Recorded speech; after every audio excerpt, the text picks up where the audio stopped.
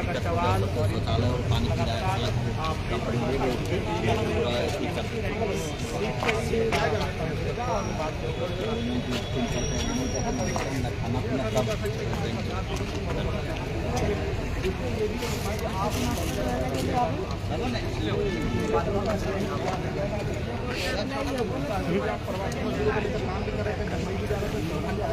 आगे से देखिए जब एक पिता लड़ाई होती है तो स्वाभाविक है कि इसमें पिता की भी कुछ दोष त्रुटियां होती हैं, पुत्र की भी कुछ त्रुटियां होती हैं, लेकिन उनमें से दोनों अगर कोई एक संकट की स्थिति में उत्पन्न होगा तो उस समय हम लोग दोष और त्रुटियों को नहीं गिनते हैं। हम सहयोग की अपेक्षा रखते हैं कि हमें अगर पुत्र संकट में है तो पिता अपनी त्रुटियों को भूलकर अपनी मेरी गलतियों को क्षमा करके मेरा सहयोग करेंगे, और अगर पिता संकट में है तो चाहेगा कि पुत्र उन गलतियों को भुलाकर, उन त्रुटियों को भुलाकर मेरा सहयोग करेगा। तो इस समय ना मजदूरों की त्रुटियों पर चर्चा करने का विषय है, ना सरकार की नाकामियों को गिनाने का विषय है। यहाँ विषय है कि वो 45 जीवन मुझे लगता है काफ़ी संकट स्थिति में है, क्योंकि उनके पास ना भोजन का साधन है, ना पीने की स्वच्छ पानी का साधन है, यहाँ तक कि मेडिकल फैसिलिटी भी नहीं है। सूचना मिली है, सूचना नहीं, मैंने वीडियो कॉल में स्वयं उनसे बात किया है, वे लोग टॉयलेट का पानी यूज करते हैं पीने के लिए, जो कि खेद है, अमानवीय है।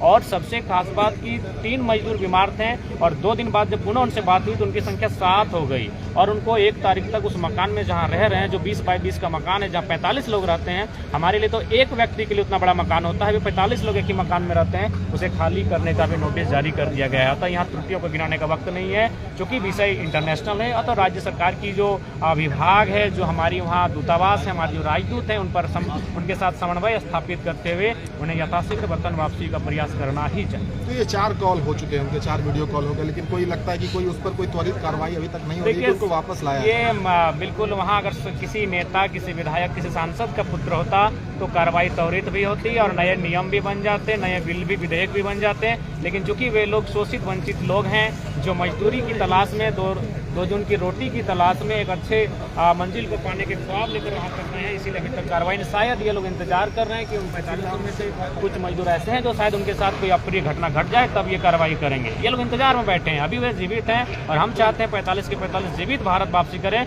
लेकिन ये हुक्मरान कहीं इस ख्वाब में तो नहीं है कि वे कुछ अनहोनी की आशंका लगाकर तो नहीं बैठे कि उनके साथ कोई अप्रिय घटना घटे। कहीं ना कहीं ये शर्मनाक है, त्वरित कार्रवाई होनी चाहिए, उन्हें वतन वापसी का रास्ता सरकार को तैयार करना चाहिए। इसमें एक बात और है कि इसमें लोग देखते हैं कि भैया कौन जिला का है, उसी हिसाब से लोग बात करते हैं। पता चला कि हजारीबाग के हैं, गिरिडीह के हैं, बोकारो के हैं।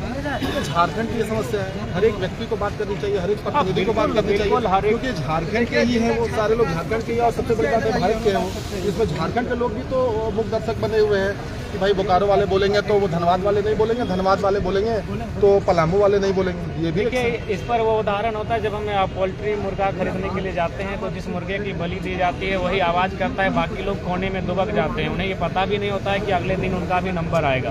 तो वही हाल हम मानव का है। हम लोग अपनी रोजमर्रा के जीवन में और इस आधुनिक जीवन में इतना व्यस्त हो चुके हैं कि हम लोग अपनी संवेदना को खो चुके हैं, अपने कर्तव्यों को भूल चुके हैं। मेरा मानना है पूरे राज्य का विषय है, पूरे राज्य के तमाम जो जनप्रतिनिधि हैं उन्हें प्रवास की पीड़ा पर हमेशा आवाज़ उठानी चाहिए, सदन पर बात रखनी चाहिए, वैकल्पिक मार्ग तैयार करने चाहिए। और फिलहाल जो मजदूर हमारे विदेश में रहते हैं या अन्य प्रदेशों में रहते हैं, उनके साथ कोई अप्रिय घटना ना घटे। लगातार ऐसी घटनाएं आती हैं, महाराष्ट्र, गुजरात से हमारे मजदूर आया तो उनके साथ अप्रिय घटनाएं घटती है, उन्हें मार दिया जाता है, ऐसी बहुत सारी घटनाएं घटती हैं। इसके लिए हमारी सरकार को बेहतर काम करना चाहिए। अगर इंटरनेशनल मामला हो तो केंद्र की सरकार को काम करना चाहिए, और अगर अन्य प्रदेशों का मामला है तो राज्य सरकार को बेहतर काम करना चाहिए और मजदूरों के साथ हमेशा खड़ा रहना। कैसे वो वापस आएंगे, उसको लेकर क्या करना चाहिए? देखिए, इसके लिए फिलहाल जो हम लोगों ने डीसी मैडम को और वहाँ डीसी महोदय को ज्ञापन दिया है, तीनों जिला में हम लोग देंगे, और ये उनके माध्यम से ईमेल हो या फैक्स के माध्यम से ये केंद्र तक जाएगा, और केंद्र के माध्यम से हमारे जो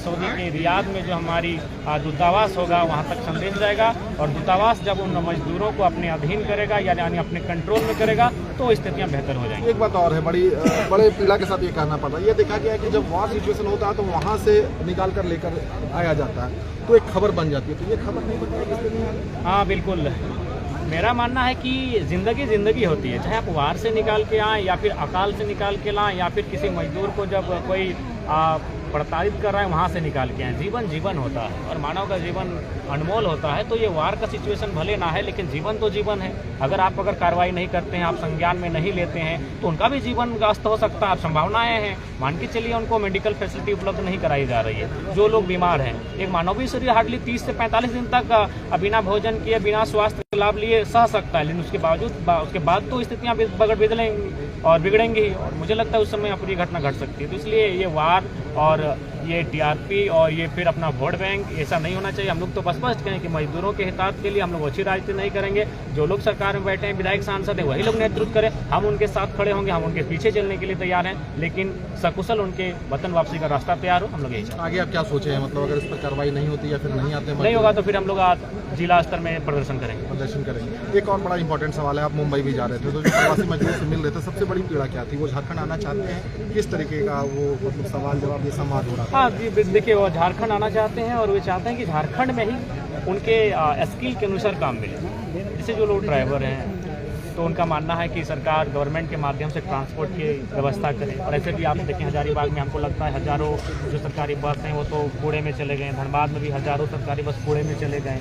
तो ऐसा नहीं है, मैक्सिमम वहाँ जो लोग मिले वो ट्रांसपोर्ट में है, माइंस में है, जो पत्थर खदान है। तो हमारे पास भी तो कोयला खनन है, अबरक का खनन हो रहा है, बहुत तरह के जो तत्व हैं उनका खनन किया जाता है। तो जो लोग उनका स्किल है उनके आधार पर भी काम मांग रहे हैं। वो नहीं कह रहे हैं कि अगर हम लोग को अगर ड्राइविंग का हैंडल संभालने आता है तो हमें इंजीनियर बना दीजिए या फिर डॉक्टर की सुई थमा दीजिए। अपने स्किल के अनुसार काम मांग रहे हैं और हमारे राज्य में उनके स्किल के अनुसार काम है। बस राज्य सरकार की नीयत और नीति स्पष्ट है। कैसी आपकी नीति और राजनीति कैसी चल रही है? चुनाव भी नहीं जीता रहा। देखिए फिलहाल हम लोग तो बेहतर पा रहे हैं अपने आप को, और ये तो आप लोग बताएंगे, ये मीडिया हाउस का काम है कि हम लोग कहाँ हैं, हमारा क्या परसेंटेज है, हमारी क्या स्थिति रहेगी, ये आप लोग बताइएगा, बेहतर होगा। जुड़े लोग या टूटे? नहीं, जुड़ रहे हैं लोग, जुड़ रहे हैं, लगातार जुड़ रहे हैं। टूटेंगे वही जो अपनी निजी महत्वाकांक्षा रखते हैं, जो राज्य का हितार्थ रखते हैं, वो नहीं टूटेंगे। सबसे बड़ी दिक्कत क्या हो रही है? सबसे बड़ी दिक्कत यही हो रही है कि थोड़ा सा जो राजनीति का महत्वाकांक्षा होती है, बाकी सब ठीक ठाक है। जो राज्य का हितार्थ चाहते हैं वो हर हाल में हमारे साथ होता है। क्षेत्रीय पार्टी कहीं ना कहीं अभी जो चुनाव हुए हैं, 3 राज्यों के जो चुनाव आए थे, हिंदी राज्यों के, राजस्थान, मध्य प्रदेश और छत्तीसगढ़ का, वहाँ पर आपने देखा कि भाजपा ने क्लीन स्वीप किया है। किस तरीके से देख रहे हैं भाजपा को? हाँ देखिए, बाकी पर उत्तर भारत की अगर बात करें तो निश्चय ही भारतीय जनता पार्टी ने जिस विचारधारा को स्थापित करने का प्रयास किया है, उत्तर भारत उसी विचारधारा की हवाओं में बहती है। लेकिन जब हम झारखंड आते हैं तो थोड़ा झारखंड की विचारधारा भिन्नता रखती है। यहाँ की संस्कृति, यहाँ की भौगोलिक स्थिति, यहाँ के लोगों का जीवन, रहन सहन थोड़ा सा बाकी राज्यों से भिन्न है। अतः जो भारतीय जनता पार्टी की जो विचारधारा उत्तर भारत में है, उससे कहीं ना कहीं झारखंड अपने आप को भिन्न पाएगा। और हम लोग अपनी विचारधारा के साथ, अपने नए आइडियाज़ के साथ, अपने नए मुद्दों के साथ सफल होंगे। उनको उनकी विचारधारा को बाकी जो हमारा बॉर्डर है उस तक सीमित रखें। विकल्प के लिए कोई जगह रखा है? देखिए फिलहाल तो विकल्प पर चर्चा नहीं है, जब होगी तो सबसे पहले आपके सामने।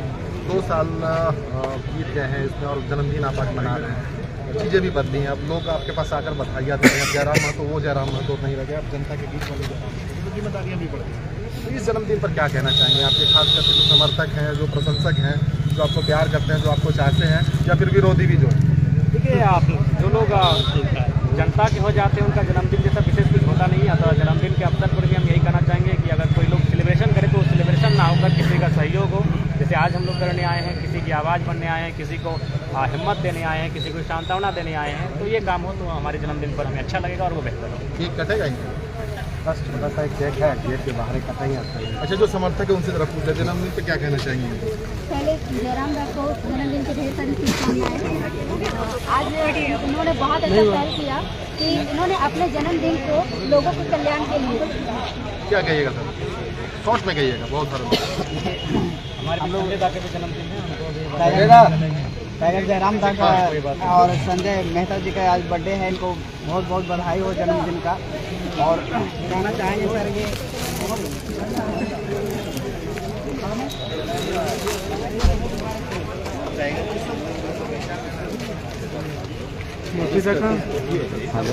स्टूडेंट लोग का नहीं